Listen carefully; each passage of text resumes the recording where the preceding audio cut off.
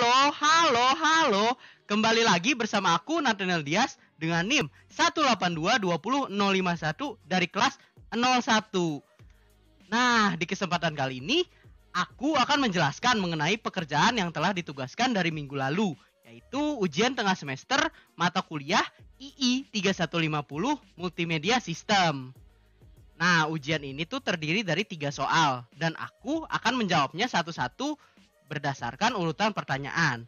So, mari kita langsung cek ke pertanyaan pertama.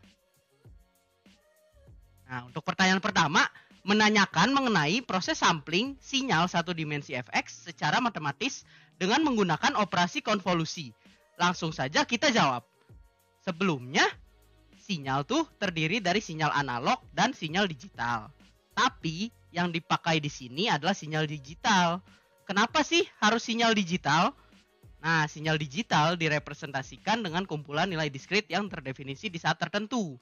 Yang kedua, sinyal digital dapat digabung lalu menciptakan konten yang lebih kompleks dan interaktif. Yang ketiga, sinyal digital lebih anti rusak akibat waktu dan jarak. Yang keempat, sinyal digital dapat dikompresi dan didistribusikan secara efisien. Dan yang terakhir, sinyal digital mudah disimpan pada media penyimpanan magnetik maupun elektrik. Nah, lalu kita lanjut ke proses sampling karena tadi sempat di-mention juga nih. Sampling itu apa? Nah, sampling itu merupakan proses mengubah sinyal analog yang pada awalnya berbentuk sinyal waktu kontinu menjadi sinyal waktu diskrit. Sampling juga ada rumusnya loh, yaitu XSN sama dengan XNT. Dengan T bisa didapat dari frekuensi, yaitu sama dengan 1/T. Dengan T sebagai periode sampling dan N sebagai pencacah cuplikan. Nah, sempat di-mention juga tadi ada konvolusi. Jadi, operasi konvolusi merupakan operasi matematis yang terdiri atas operasi perkalian, pergeseran, dan penjumlahan yang menghasilkan sebuah fungsi baru dari modifikasi iterasi fungsi awal.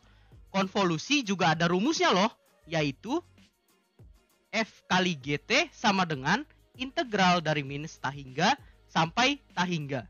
Dengan dalam integralnya ada FT dikali GT min T dt. Dengan keterangan F sebagai fungsi sinyal, G sebagai fungsi impuls, T yang kayak gini adalah periode dan T satunya adalah waktu. Setelah itu kita dapat melihat visualisasi dari operasi konvolusi dengan melakukan interpretasi suatu integral dari kedua fungsi yang ada. Dalam konteks ini adalah fungsi sinyal dan fungsi impuls. Salah satu fungsinya merupakan cerminan dari y-aksis yang digeser. Dapat dilihat 3 gambar yang ada di bawah kacamata ini. Dimulai dari yang kiri, gambar pertama yaitu gambar kedua buah fungsi dengan F sebagai fungsi sinyal dan G sebagai fungsi impuls. Gambar kedua merupakan fungsi impuls yang telah dicerminkan ke y-aksis, lalu digeser dan dicari titik-titik potongnya dengan fungsi sinyal.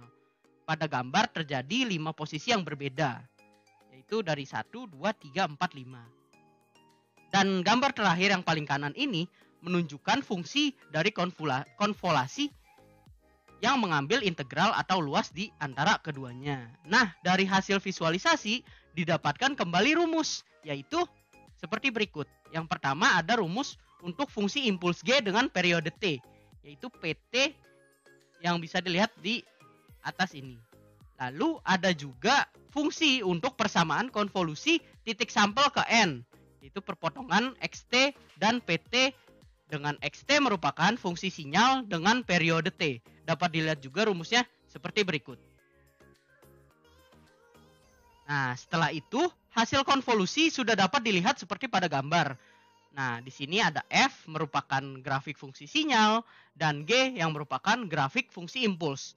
Kedua fungsi tersebut digabungkan dan dicari titik perpotongan kembali seperti pada gambar di bawah. Ini hasilnya. Dapat dilihat ada 7 bulatan titik perpotongan di sana, mulai dari 0,5 sampai 3,5. Nah, setelah mendapat hasil, tentunya kita akan melakukan proses kuantisasi. Proses kuantisasi dapat dihitung dengan menggunakan rumus XQN sama dengan Q besar XSN. Dengan XQ adalah nilai hasil kuantisasi dalam bentuk biner, XS adalah nilai titik sampel yang dikuantisasi, N adalah titik sampling ke N, dan Q adalah fungsi floor atau fungsi pembulatan. Lalu didapatkan grafik dan tabel seperti berikut. Jadi pada intinya sampling dengan operasi konvolusi digunakan untuk mencari titik potong antara fungsi gelombang dengan fungsi impuls partisi, lalu dikuantisasi dengan rumus floor dalam bentuk biner. Proses ini juga berfungsi sebagai filter untuk mengatasi kualitas citra seperti noise. Nah, teman-teman, kita baru bahas nomor 1 nih, kayak mungkin udah cukup menarik ya, kayak banyak gambar, banyak hitung-hitungan, mungkin ada yang pusing. Tapi kita masih ada 2 soal lagi yang harus dibahas. Dan kita akan langsung saja lanjut ke pertanyaan kedua, yaitu mengenai proses encoding dan decoding nama depan dan nama belakang Anda. Jika hanya satu kata, maka kata tersebut dapat diulang saja dengan algoritma kompresi LZW. So, check it out. Sebelumnya, kepo nggak sih apa itu LZW? Apa itu LZW? Lezu. Nah, ternyata tuh LZW adalah singkatan dari 3 nama orang yang membuat algoritma ini loh, yaitu Lempel, Ziff, dan Welch. Nah, LZW merupakan salah satu metode kompresi lossless dengan cara mensubstitusi kumpulan karakter dengan suatu code. Kompresi dilakukan dengan menggunakan kamus yang akan mengganti teks dengan indeks. Nah, jadi yang pertama ada proses kompresi. Karena nama saya Nathanael Dias, dengan nama depan Nathanael dan nama belakang Dias, maka akan mendapatkan input NATANAEL-DIAS. Nah, berikut langkah-langkah melakukan proses kompresi pada algoritma LZW. Yang pertama sudah pasti inisialisasi kamus, karena tadi dilihat ada menggunakan kamus. Karena alfabet A itu indeks 1 sampai Z sama dengan 26 gitu.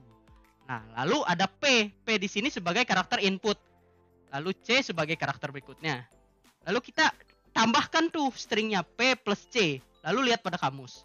Jika ada, maka P selanjutnya dijadikan P plus C. Kalau tidak ada, maka cetak indeks P. Lalu tambahkan string P plus C ke kamus. Dan diberikan indeks berikutnya. Dalam konteks ini, karena kamus sudah memuat dari 1 sampai 26, jadi indeks berikutnya adalah 27. Lalu C kita jadikan P selanjutnya. Proses ini diulang sampai end of function atau end of program. Kalau misalkan udah ada E of V atau end of function, kita cetak indeks P lalu stop programnya. Nah, lalu mari kita lihat proses kompresi input dari nama depan dan nama belakang aku.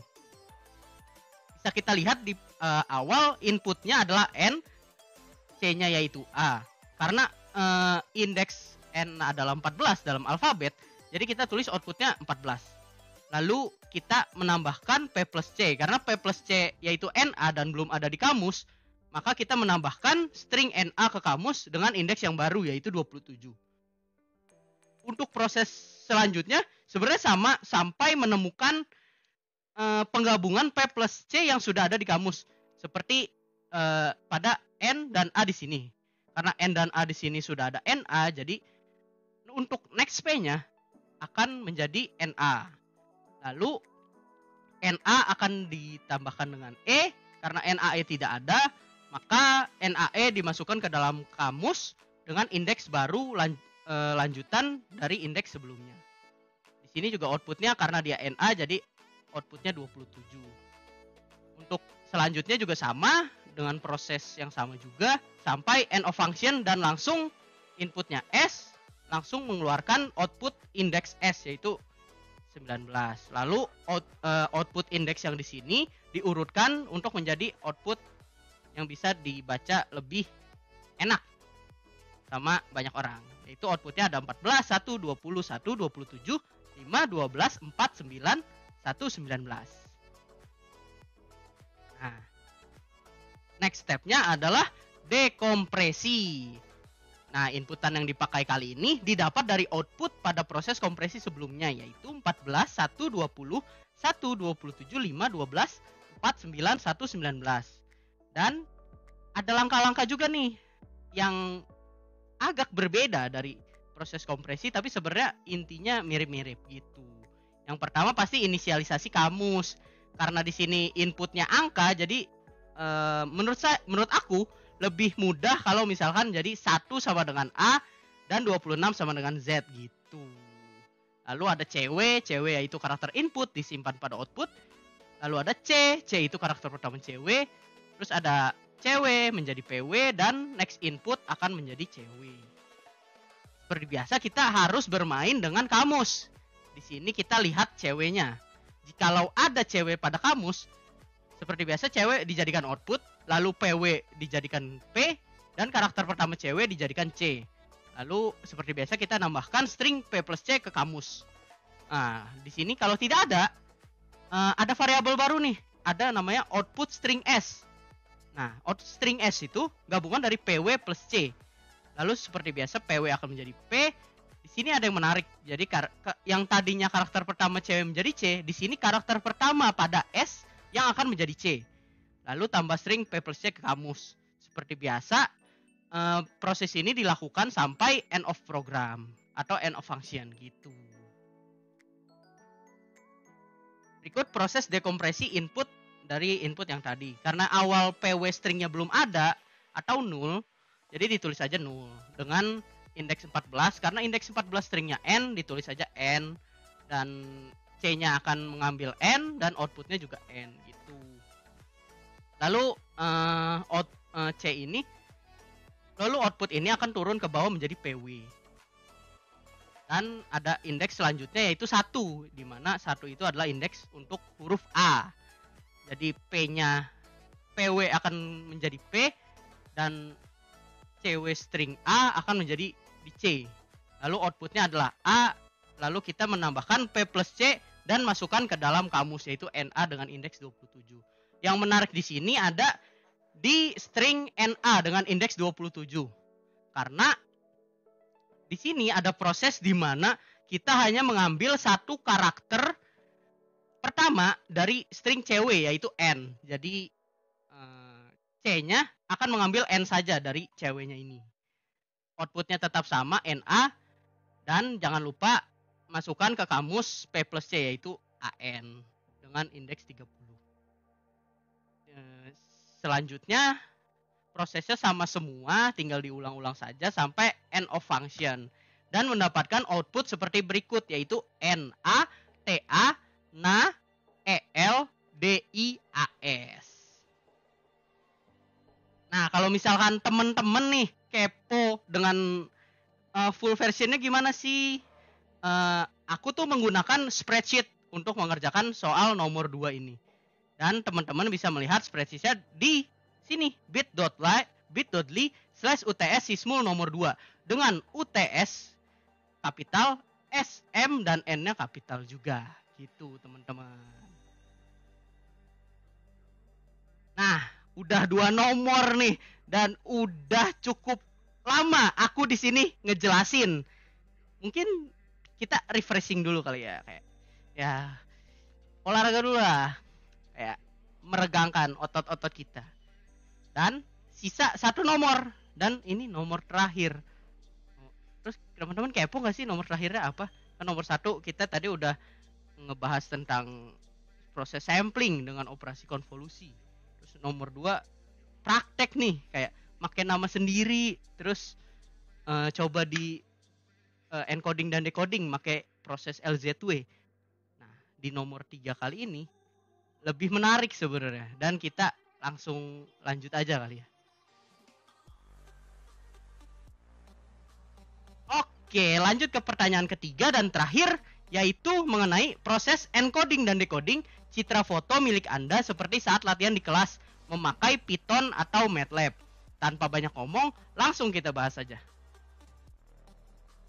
Nah, ini foto yang aku pakai untuk mengerjakan soal nomor 3. Ini foto aku loh, foto aku pas kecil, pas aku masih imut-imut. Mungkin sekarang amit-amit kali ya, tapi nggak apa-apa, aku ada fase imut-imutnya dulu gitu. Mungkin di next day or in the future bisa lebih, ya begitulah. Oke, langsung next aja. Nah, seperti biasa kalau kita memakai Python atau bahasa pemrograman lainnya, kita harus menginput modul yang diperlukan untuk mengerjakan kodenya. Di sini aku memakai modul NumPy, CV2, matplotlib.pyplot, matplotlib.image, SciPy, IPython display, dan pandas. Nah, yang dimana modul-modul di sini berisikan library dan fungsi-fungsinya masing-masing yang bakal dipakai di pengerjaan kode ini gitu. Nah, yang pertama seperti biasa ada proses kompresi terlebih dahulu. Pertama, kita akan mengambil komponen Y atau grayscale dari gambar. Di sini memakai fungsi imread dari library CV2 dan mengambil gambar dari pet yang sudah dari pet foto yang disimpan. Lalu kita akan mengubah tipenya menjadi float dengan menggunakan S-type dan berikut array yang didapatkan. Dari 14 di ujung kiri atas dan 12 di ujung kiri bawah. 14 titik dan 12 titik. Nah, kenapa sih di sini ada titik sampai 3 gitu? Itu karena panjang dan lebarnya itu terlalu banyak. Jadi kayak di skip gitu. Lalu ditampilkan hanya 3 awal dan 3 akhir saja gitu. Oke, selanjutnya ada mengambil random makro block dan membuat tabel makro block komponen Y. Jadi di sini aku membuat variabel list kosong yaitu MB, lalu meloop sebanyak 8 kali untuk menambahkan random makro blocknya. Di sini ada 180.2.188. Ini tuh dimana itu range di dalam array yang sebelumnya itu. Pokoknya ini bebas, tetapi harus di dalam rentang array-nya. Lalu kita akan menjadikan array dan disimpan ke sebelum. Karena ini kan sebelum proses penambahan, pengurangan, perkalian, pembagian gitu. Ini pokoknya masih murni lah gitu. Lalu ini hasil yang didapatnya. Lalu kita akan mengurangi nilai warna sebanyak 128. Kenapa sih harus 128? Karena DCT itu hanya bekerja dalam rentang minus 128 sampai 127 saja. Jadi kita akan meloop untuk baris dan kolomnya sebanyak 8 kali dan masing-masing komponen di baris dan kolom dikurangi 128. Dan berikut hasil yang didapat. Lalu kita akan ada DCT. DCT itu sebenarnya rumus dan rumusnya cukup kompleks, tetapi dengan menggunakan library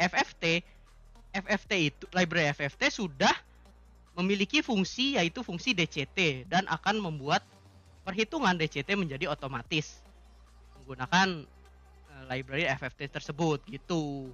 Jadi kita tidak perlu repot-repot nih ngitung satu-satu pakai rumus yang agak kompleks itu dan didapatkan hasilnya seperti ini. Lalu selanjutnya ada membuat tabel kuantisasi. Nah, tabel kuantisasi ini nilainya sudah ditentukan dari sananya. Makanya aku membuatnya secara manual. Dan tabel kuantisasi ini berbentuk dimensi 8x8 juga. Lalu karena memakai tabel kuantisasi, maka kita ada proses kuantisasi juga dong. Nah, pertama proses kuantisasi yang dilakukan adalah nilai warnanya dibagi dengan nilai tabel kuantisasi dan jangan lupa untuk dibulatkan dengan fungsi round. Bisa dilihat di sini di loop sebanyak 8 kali untuk baris dan kolomnya, lalu dibagi per masing-masing komponen dan didapat hasil seperti berikut. Nah, di situ proses kompresi beres dan sekarang lanjut ke proses dekompresi. Nah, jadi tadi ada kan kuantisasi. Kalau kompresi, kuantisasi. Dekompresi, dekuantisasi gitu. Jadi nilai warnanya dikali kembali dengan tabel kuantisasi. Yang tadinya dibagi, sekarang dikali. Dan jangan lupa untuk di round juga. Dan didapatkan hasil seperti berikut. Lalu tadi ada DCT pada kompresi. Di sini ada inverse DCT pada dekompresi. Karena tadi rumus DCT sudah ada pada library FFT, inverse DCT juga ada pada library FFT. Jadi kita tidak perlu repot-repot menghitung secara manual gitu. Dan didapatkan hasil seperti berikut. Lalu tadi kan dikurangin, sekarang nilai warnanya ditambahin sebanyak 128 juga. Lalu kita menyimpan semua nilai warna tersebut pada variabel after karena itu sudah melewati proses dekompresi dan kompresi. Dan didapatkan hasil seperti berikut. Nah, karena udah kompresi, udah dekompresi, udah menyimpan nilai warna sebelum dan nilai warna sudah, jadi kita tinggal membandingkan nih keduanya. Jadi perbandingannya tuh apa aja sih? Pertama ada perbandingan nilai warna tentunya, ada sebelum dan setelah. Jadi di sini dapat kita lihat dimensinya sama 8x8, tetapi angka di tiap-tiap tabelnya ini hampir semuanya berbeda karena sudah melewati proses kompresi dan dekompresi. Lalu di warna per pixelnya sebelum dan setelahnya juga ada yang berbeda nih. Ada yang dari sebelumnya misalnya agak cerah, jadi di setelahnya lebih gelap, dan begitu pun sebaliknya, begitu. Pada intinya perubahan yang bisa dilihat dari perbandingan kedua gambar dari sebelum dan setelah adalah karena adanya pembulatan dari fungsi DCT. Maka dari itu teknik ini disebut sebagai kompresi lossy. Nah, jika teman-teman kepo nih kayak full code-nya gimana sih, Bang? Kayak pengen lihat gimana, Bang? Pengen kayak ngotak-ngatik kodenya, kayak pengen nyoba sendiri kopas kodenya. Nah, di sini aku memakai Google Colab dan dapat diakses pada bit.ly/UTS Sysmul nomor 3. Dan jangan lupa UTS-nya kapital, SM dan N-nya juga kapital gitu, teman-teman. Oke, udah sampai sebenarnya sudah selesai, udah 3 soal kita bahas dari mulai sampling konvolusi, dari soal LZW dan juga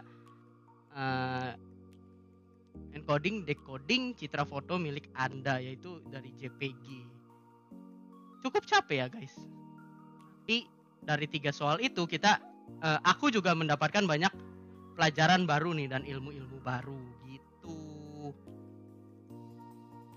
Oke, mungkin cukup sekian yang bisa aku sampaikan di video kali ini. Sebelum menutup, biar seru dan berkesan, boleh dong aku pantun dulu. Oke, siang-siang beli es, bareng-bareng makin asik. Udah kelar nih UTS, tinggal nunggu indeks terbaik. Thank you and see you on the next video. Peace out, bye.